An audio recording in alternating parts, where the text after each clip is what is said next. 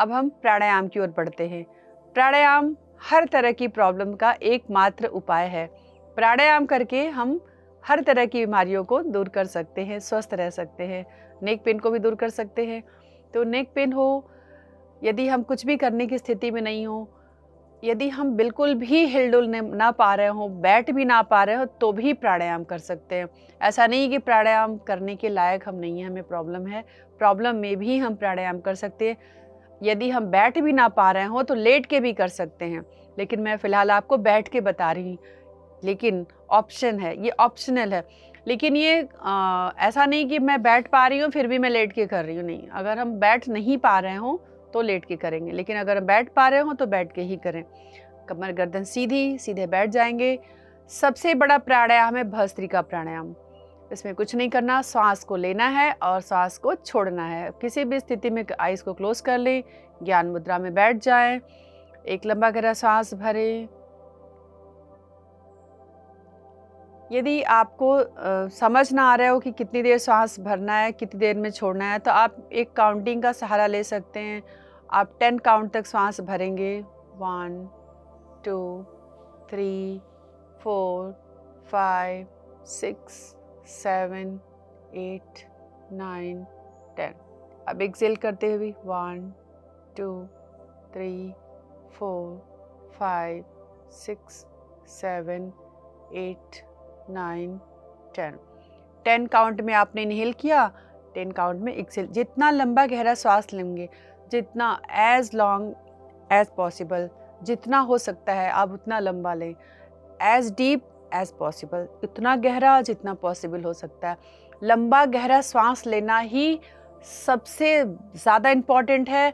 Oxygen level उतना ज़्यादा हमें बढ़ता है, ब्रेन को मिलता है, पूरे बॉडी को ऑक्सीजन मिलता है, जिसकी वजह से हम स्वस्थ रहते हैं और हमारी ब्लॉकेज नहीं होती। जहाँ भी ब्लॉकेज आती है, अगर हमारा ब्लड प्यूरिफाई नहीं होता, ऑक्सीजन पूरा हम नहीं लेते और हमारा गैस का एक्सचेंज जो होता है गैसों का प्रॉपर नहीं हो पाता, इम्प्योर ब्लड पूरे बॉडी में सर्कुलेट होता है, ब्रेन में जाता है, जिसकी वजह से ब्लॉकेज होते हैं, दर्दें बढ़ती हैं, सारी प्रॉब्लम्स होती हैं। तो भस्त्रिका प्राणायाम बहुत इंपॉर्टेंट प्राणायाम है, जिसकी वजह से हम किसी भी तरह के दर्दों से निजात पा सकते हैं। तो इस तरह से 10 काउंट में इनहेल किया, 10 काउंट में एक्सेल किया। यदि 10 आपको बहुत लंबा लगता है, आप बहुत पुराने प्रैक्टिशनर नहीं हैं, आप डेली प्रैक्टिस नहीं करते हो, आपने स्टार्ट किया है, तो आप 10 नहीं कर पाओगे, तो आप 5 में भी कर सकते हो। जैसे 5 काउंट में इनहेल किया, 1 2 3 4 5। अब 5 में एक्सेल, 1 2 3 4 5। ऐसे 5 काउंट करते हुए 1 मिनट तक या 30 सेकेंड्स तक करेंगे भस्त्रिका प्राणायाम।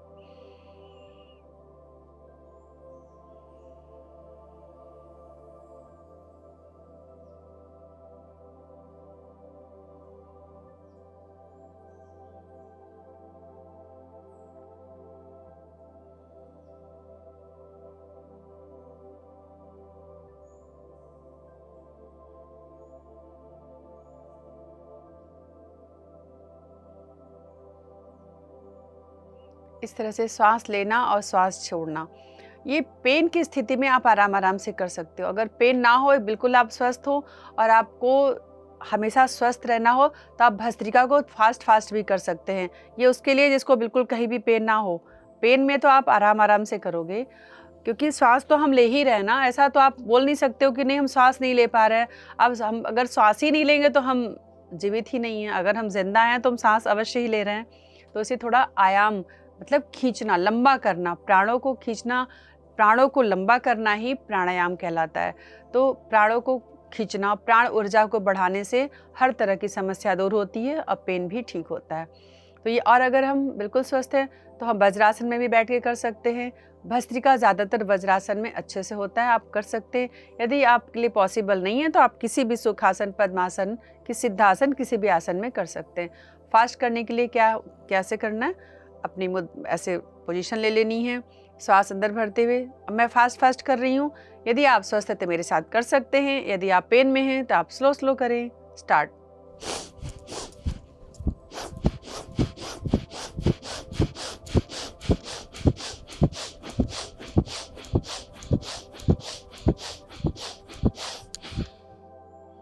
जितनी तेज़ी से श्वास भरेंगे उतनी ही तेज़ी से छोड़ेंगे। भरना और छोड़ना दोनों इक्वल होना चाहिए, एज़ पर योर स्ट्रेंथ। आपके पास जितनी स्ट्रेंथ है, कैपेसिटी है, लेकिन सर्वाइकल स्पॉन्डिलाइटिस के पेन में, गर्दन दर्द में आप ये नहीं कर सकते। तो जैसे मैंने पहले बताया, धीरे धीरे सांस भरिए और छोड़िए। यदि ये फास्ट आप हमेशा करते हैं, आप स्वस्थ हैं, तो बाद में आपको प्रॉब्लम नहीं होंगी। मैं इसके लिए बता रही हूँ, प्रिवेंशन भी बता रही हूँ और क्योर भी बता रही हूँ। तो इस तरह से आप भस्त्रिका प्राणायाम ज़रूर करें डेली। और भस्त्रिका करने से आपकी लंग कैपेसिटी भी बढ़ती है। इन्फेक्शन बार बार होना, बार बार नज़ला, जुकाम, ये सारी चीज़ों को जो हो जाती है लोगों को, उससे आप बच सकते हैं। नेक्स्ट है श्वास अंदर भरते हुए चेस्ट को एक्सपेंड करेंगे, श्वास बाहर छोड़ते हुए हाथों को मिलाएंगे। 2, 3, 4, 5, 6, 7, 8, 9, 10। इस 10-10 के आप 3 to 5 सेट्स कर सकते हैं। इससे भी आपकी लंग कैपेसिटी बढ़ती है, और जब आपकी लंग कैपेसिटी बढ़ेगी, आपको ऑक्सीजन ज़्यादा मिलेगा, तो आपकी फ्लेक्सिबिलिटी बढ़ेगी और आप ज़्यादा से ज़्यादा स्वस्थ रहेंगे। तो इस तरह के प्राणायाम तो आपको हमेशा करना है, यदि आपको प्रॉब्लम है तो भी, नहीं है तो भी। अगर प्रॉब्लम है तो धीरे धीरे करें। आप यदि बैठ भी नहीं पा रहे हो तो आप लेट के आराम से हाथों को फैलाइए, फिर आगे ले आइए। लेट के भी आप कर सकते हो यदि आप बैठ ना पा रहे हो तो, लेकिन यदि आप बैठ पा रहे हैं तो आप बैठ के ही करेंगे। ये भस्त्रिका प्राणायाम। कपालभाति शुद्धि क्रिया भी डेली करना है। कपालभाति से भी हमारे बॉडी के टॉक्सिन बाहर निकलते हैं। नेक्स्ट है अनुलोम विलोम प्राणायाम। जैसा कि मैंने हर वीडियो में बताती हूँ, अनुलोम विलोम प्राणायाम वो तो करना ही करना है। एक हाथ की ज्ञान मुद्रा बना लेंगे, राइट हैंड से प्रणव मुद्रा बना लेंगे। चलिए 5 मिनट कर लेते हैं। यदि आपके पास 5 मिनट का टाइम ना हो तो 5 बार कर लीजिए, 10 बार कर लीजिए, जितना आपके पास टाइम हो आप अनुलोम विलोम प्राणायाम अवश्य करें। अनुलोम विलोम प्राणायाम करने से आपकी 72,000 नाड़ियों का शोधन हो जाता है। नर्व की प्रॉब्लम ठीक हो जाती है, सर्वाइकल की प्रॉब्लम ठीक होती है, हर तरह की प्रॉब्लम्स ठीक होती हैं। अनुलोम विलोम प्राणायाम में ये भी ध्यान रखना है, स्टार्ट लेफ्ट से करना है और एंड भी लेफ्ट से करना है। जब प्राणायाम कंप्लीट हो जाए तो लेफ्ट से ही आप एंड करेंगे।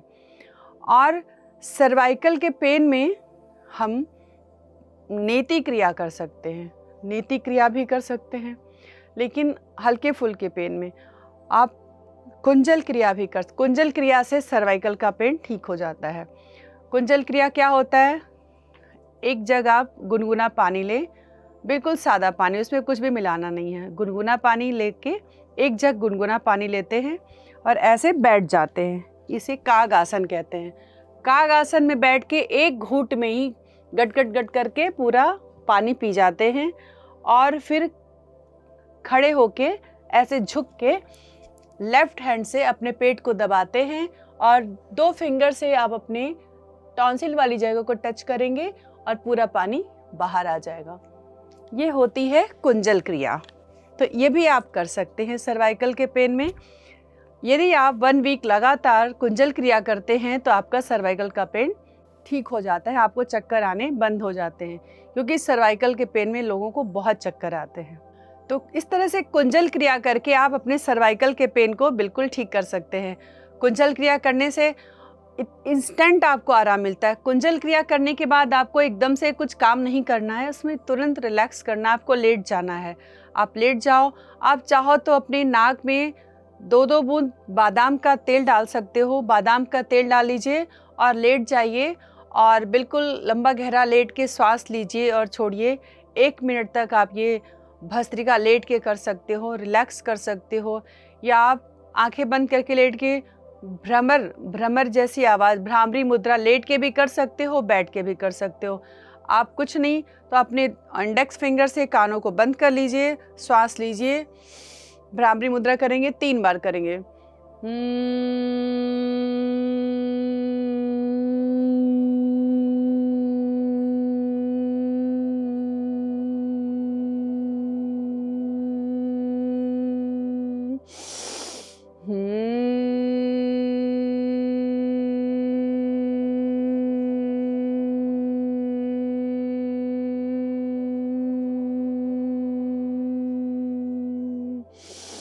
झटके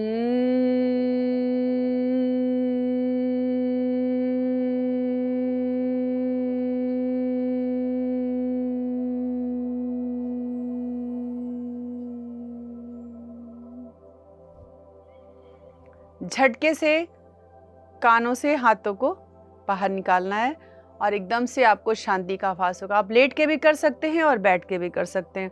तो इस तरह से प्राणायाम करेंगे, कुंजल क्रिया करेंगे। कुंजल क्रिया आपको खुद से नहीं करना, आपको किसी योग गुरु की देख रेख में ही कुंजल क्रिया करना है।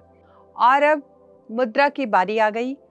अब कौन कौन से मुद्रा करने से हमारे नेक पेन, शोल्डर पेन में आराम आता है? गणेश मुद्रा और ब्रह्म मुद्रा, ये दो मुद्राएं हैं जो शोल्डर पेन और नेक पेन में रामबाण का काम करते हैं। ब्रह्म से ब्रह्मांड है। ब्रह्म मुद्रा करने से ब्रह्मांड की एनर्जी आपको मिलती है और गणेश मुद्रा करने से भी शोल्डर में आपको बहुत आराम आता है। पहले गणेश मुद्रा बता देती हूँ। दोनों फिंगर्स को ऐसे 4 फिंगर्स को मिलाते हैं, अंगूठे को ऐसे बंद करते हैं और यहाँ रख के ऐसे स्ट्रेच कीजिए। इनहेल करते हुए, एक्सहेल करते हुए रिलैक्स। ऐसे जैसे आपने स्ट्रेच किया, आप फील करेंगे कि आपके दोनों शोल्डर्स के साइड में, आपके बैक में कितना रिलीफ मिलता है। आपके बिल्कुल इतनी अच्छी सी स्ट्रेच आती है, बहुत अच्छा महसूस होता है। रिलैक्स से 5 से 10 बार कर सकते हैं गणेश मुद्रा। नेक्स्ट है ब्रह्म मुद्रा। ब्रह्म मुद्रा में क्या करते हैं? दोनों हाथों को ऐसे रखें, अपने अंगूठों को अपने लिटिल फिंगर के रूट में लगाएंगे और चारों उंगलियों को ऐसे मोड़ लेंगे। हल्का सा प्रेस करेंगे अंगूठे को और ऐसे बिल्कुल जैसे मारते ना घूसा, ऐसे इस तरह से ऐसे लगा लेंगे ऐसे, और इसे ऐसे हथेली ऐसे अपनी लैप में, गोद में रख लेंगे। सांस, आंखों को बंद कर लेंगे, श्वास अंदर भरेंगे, सांस बाहर छोड़ेंगे। आप चाहे तो अपनी गोद में कोई पिलो या कोई भी ऑब्जेक्ट रख सकते हैं, मसलन रख सकते हैं, पिलो रख सकते हैं, या आप 5 मिनट तक कम से कम करें तो इसका आपको बहुत ज़्यादा बेनिफिट मिलता है। श्वास अंदर भरें, श्वास बाहर छोड़ें और अपने गर्दन पे होने वाले वाइब्रेशन को, खिंचाव को महसूस करेंगे आप कि मेरे गर्दन की सारी इरिटेशन दूर हो रही है, ऐसा फील करें। आप ब्रह्म मुद्रा में बैठ के आप अपने शोल्डर को लेफ्ट राइट भी कर सकते हो, या आप ऐसे आराम से बैठ के भी, पहले भी हमने एक्सरसाइज बता चुके हैं, तो आप कर सकते हो, या आप ऐसे बैठ भी सकते हो। एज पर योर कैपेसिटी, आप अपने कंफर्ट के अकॉर्डिंग आप ये कर सकते हो। आप ऐसे 5 मिनट बैठेंगे तो भी आपको दिखे, आप महसूस करेंगे कि आपके गर्दन की जो स्टिफनेस है, जो दर्द है, उसमें आपको कितना आराम मिलता है। ये अपनी गर्दन को स्वस्थ रखने के लिए ये मुद्रा हम डेली 5 मिनट कर सकते हैं। आप रास्ते में कहीं जाते जाते भी इस मुद्रा को कर सकते हैं, कार में बैठे हुए भी। तो ये था ब्रह्म मुद्रा। अब बारी आती है डाइट की, खान पान की। जब हमें कहीं भी दर्द होता है तो हमें कुछ ऐसी चीज़ों को खाना चाहिए जिससे हमारी हर तरह के दर्द ठीक होते हैं। कुछ आयुर्वेदिक मेडिसिन तब लेते हैं जब बहुत क्रॉनिक पेन हो, लेकिन पेन से बचने के लिए एक पाउडर है, हर किचन में, हर घर में अवेलेबल होता है। सौंठ, मेथी और हल्दी, इन तीनों को बराबर पाउडर कर ले और सुबह शाम 1 चम्मच गुनगुने पानी से ले। 3 से 4 महीनों में किसी भी तरह का दर्द हमेशा के लिए गायब हो जाता है। इसे आजमाया हुआ नुस्खा है, आप आज करके देखें, आपको बहुत आराम मिलेगा। कोई भी बादी वाली चीज़ें जैसे बैंगन, छोले, राजमा ज़्यादा ना खाएं, कभी कभार खाने से कोई प्रॉब्लम नहीं है। और ज़्यादातर आप मैदा, चीनी, नमक, ऐसी चीज़ों से बनी हुई चीज़ें, ऐसी चीज़ों को अवॉइड करें। रफ़े ज़्यादा खाएं, फाइबर ज़्यादा खाएं, पानी खूब पिएं और चिंता, तनाव मुक्त रहें। और जो हमारे घर में जो हेल्दी फूड, जो दाल, चावल, सब्ज़ी, रोटी, जो खाना बनता है उसे गरम और समय पर खाएं, बासी भोजन न करें और बाहर का जंक फूड, तला हुआ, पैकेट वाले फूड्स ना खाएं। और इस तरह से अपने भोजन करें। और कुछ गर्म चीज़ें, अगर आपको ज़्यादा दर्द होता हो, गर्म चीज़ें खाएं और ठंडा पानी अवॉइड करें। इस तरह से आप डाइट अपने रखें तो आपको पेन से रिलीफ मिलता है।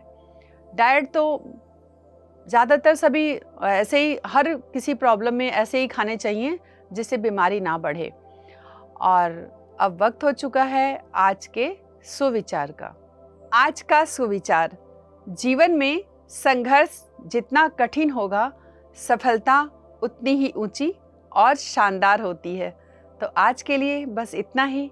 मिलते हैं अगले वीडियो में किसी और टॉपिक को लेके। तब तक के लिए नमस्कार। PMC हिंदी बदले जीवन।